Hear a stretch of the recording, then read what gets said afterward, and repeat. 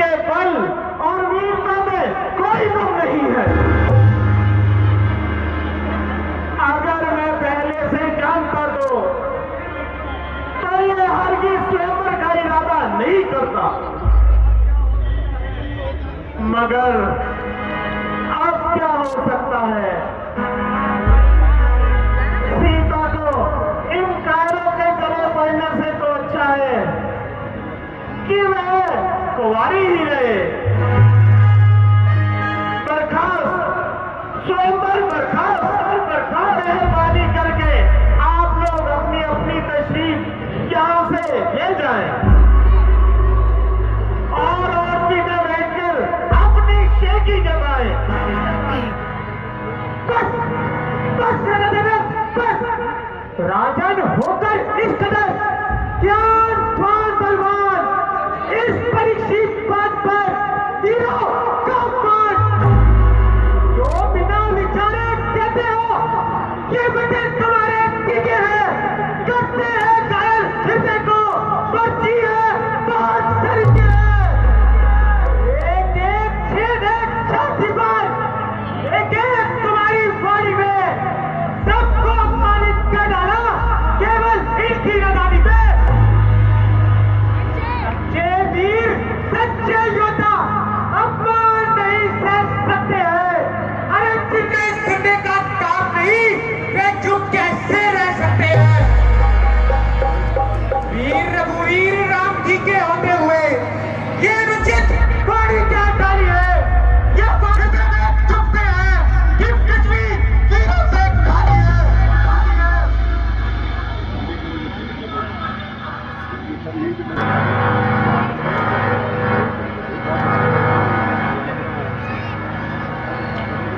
बेटा लक्ष्मण, जरा धैर्य से काम लो और थोड़ी देर के लिए अपने गुस्से को थाम लो।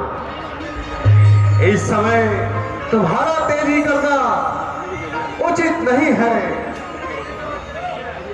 बेटा, यह लड़ने भिड़ने का वक्त नहीं है। जनक ने स्वयंवर का सम्मान किया है, न कि किसी युद्ध का ऐलान किया है।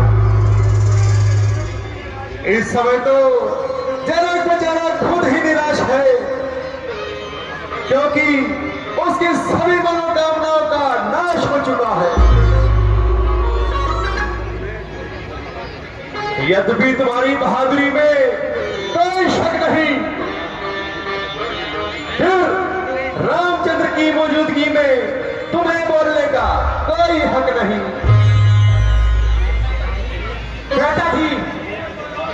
राजा जी मेरा स्वभाव ही कुछ ऐसा है।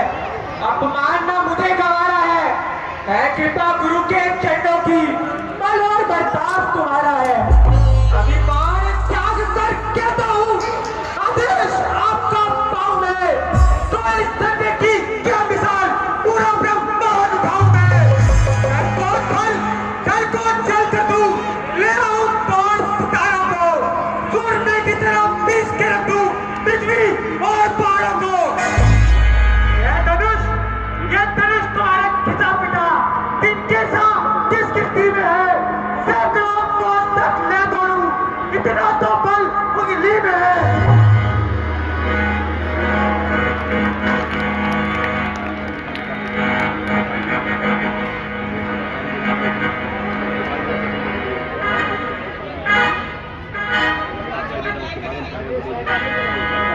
पिताजी देखते हैं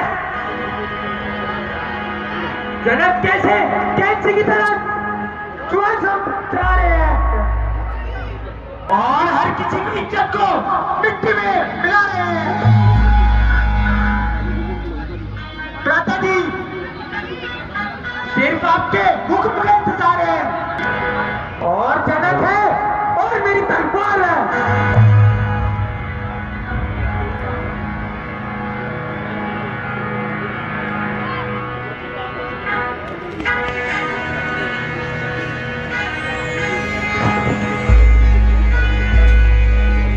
प्यारे भाई, लड़ना अच्छा नहीं भाई, लड़ना अच्छा नहीं भाई, करो कुछ सोच समझ भाई, लड़ना अच्छा नहीं भाई। लक्ष्मण, पहले मेरी बात सुनो।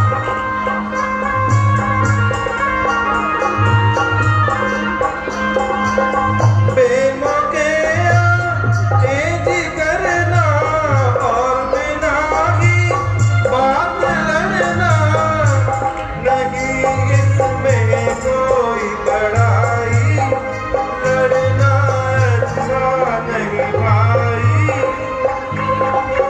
लक्ष्मण, यदि पिताजी सुनेंगे तो क्या कहेंगे?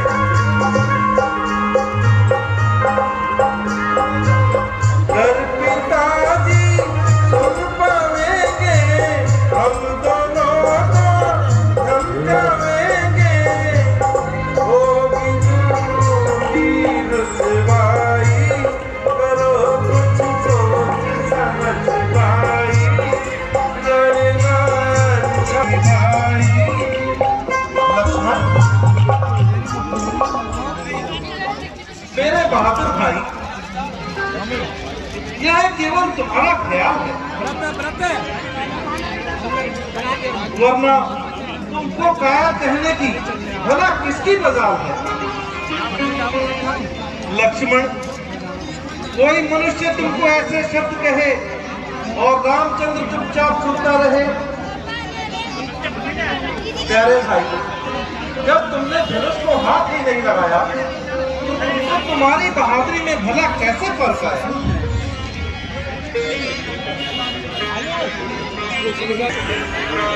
लक्ष्मण, यदि पिताजी इन बातों को सुनेंगे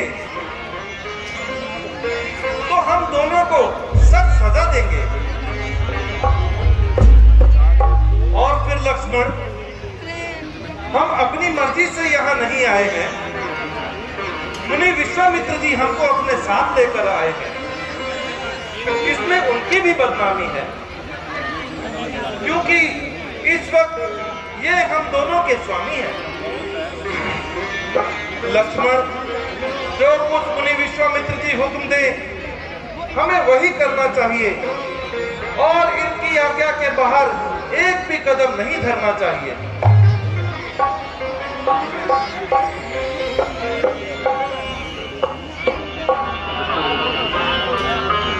तमाम राजा अपना अपना जोर लगा चुके और अपना सारा बल आजमा चुके, और कोई भी इस धनुष का चिल्ला ना चढ़ा सका। यहां तक कि इसको कोई हिला भी ना सका। इधर जनक निराश होता जाता है और इधर लक्ष्मण का गुस्सा बढ़ता जाता है।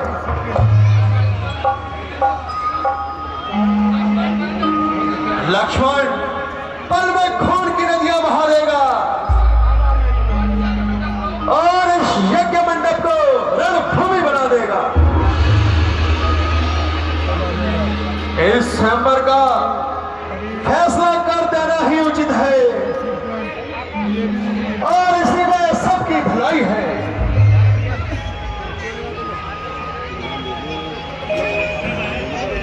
हे कुलभूषण, हे राम उठो मत देर करो, ये धनुआ तुम ही उठाओगे, ये धनु तुम ही उठाओगे और किसी में नहीं है ताकत, चिल्ला तुम ही चढ़ाओगे।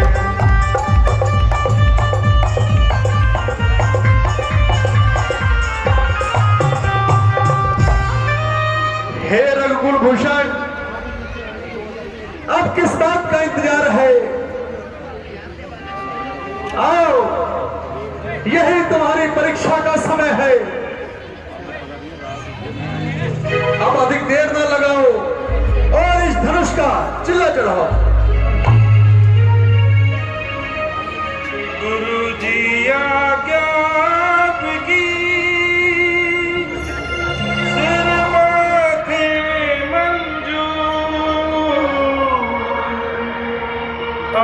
तक मैं चुपका रहा था, मैं भी मजबूर। आशीर्वाद है आपका, अगर राम के साथ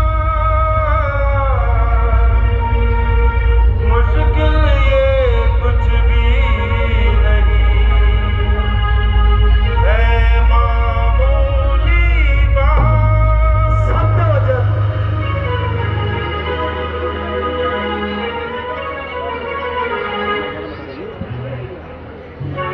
सोफे पे बैठ जाओ।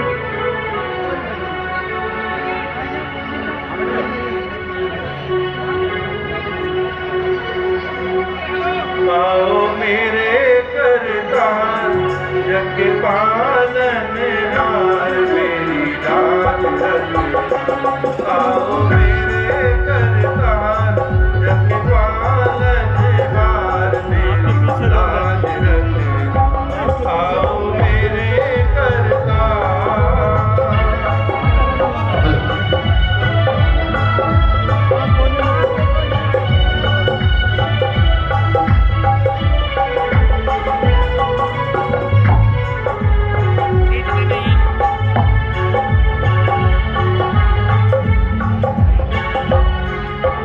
जैसा भी हूँ तेरा ही रहूँगा, ओ मेरे भगवान।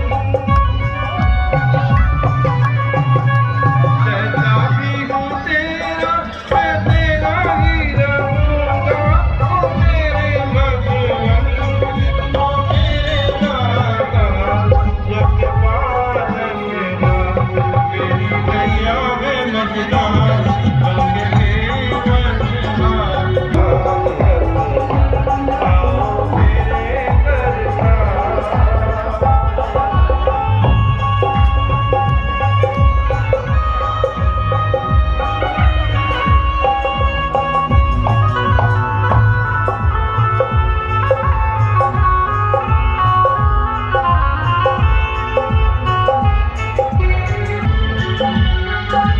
देखो मैं जिधर भी है तेरा ही नजारा, ओ मेरे भगवान।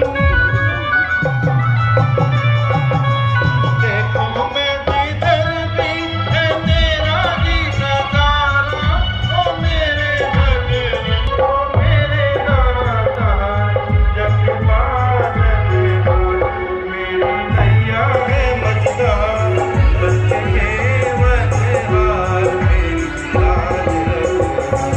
आओ मेरे करतार, जग पालनहार, मेरी लाज रख। आओ मेरे करतार।